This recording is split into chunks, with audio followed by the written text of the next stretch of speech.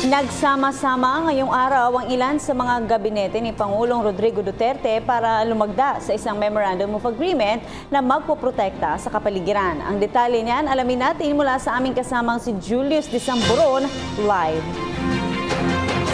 Yes, maraming salamat sa iyo, Kirby. Nagsama-sama nga dito sa tanggapan ng Department of Environment and Natural Resources ang ilang mga gabinete ni Pangulong Rodrigo Roa Duterte kung saan ay lumagda sila sa isang Memorandum of Agreement na siya magpoprotekta sa ating kalikasan at maayos na maipatupad ang environmental laws ng ating bansa. Pinangunahan ito ni Environment and Natural Resources Secretary Gina Lopez. Kabilang din sa mga dumalo si Interior and Local Government Secretary Mike Sueno, PNP Chief Ronald Bato de la Rosa, Transportation Secretary Arthur Tugade, Rear Admiral Commandant William Melad ng Philippine Coast Guard, National Defense Undersecretary Eduardo del Rosario at Brigadier General Restituto Padilla ng AFP. Parte din daw ito, Princess, sa MOA signing ang Department of Justice, pati na yung ahensyang nasa ilalim nito gaya ng National Bureau of Investigation.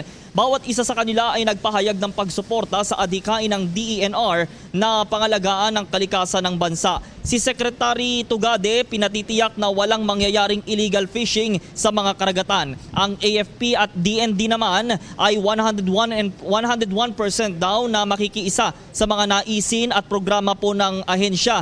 Habang si General De La Rosa, full support ang ibinigay kay Secretary Gina Lopez. Nagbiro pa nga si General Bato sa pulong kanina na panahon na daw para girahin yung mga kurap daw na mga opisyal ng DENR na siyang sinusuportahan nga ni Secretary Gina na bahagi nga din ng adhikain ng Pangulong Duterte na magkaroon ng malinis, tapat at maayos na pamamahala. Layon din ang paglagda ang pagbuo ng National Anti-Environmental Crime Task Force. Mamatyagan din ang mga nangyayaring pagpuputol ng puno. Kung maaalala nga, Princess, ay kabilang sa mga mainit na tinutukan ngayon ng DENR ang pagpapasara ng mga irresponsible mining companies sa ating bansa. Mahalaga nga daw na tutukan ang mga likas na yaman ng bansa, pati na din ang kagubatan upang yung susunod na henerasyon ay mayroon pang madatnan at syempre maipreserve ito para sa sambayanang Pilipino.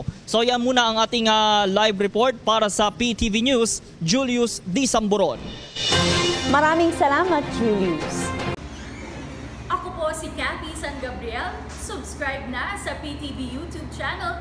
I-click lang po ang subscribe button.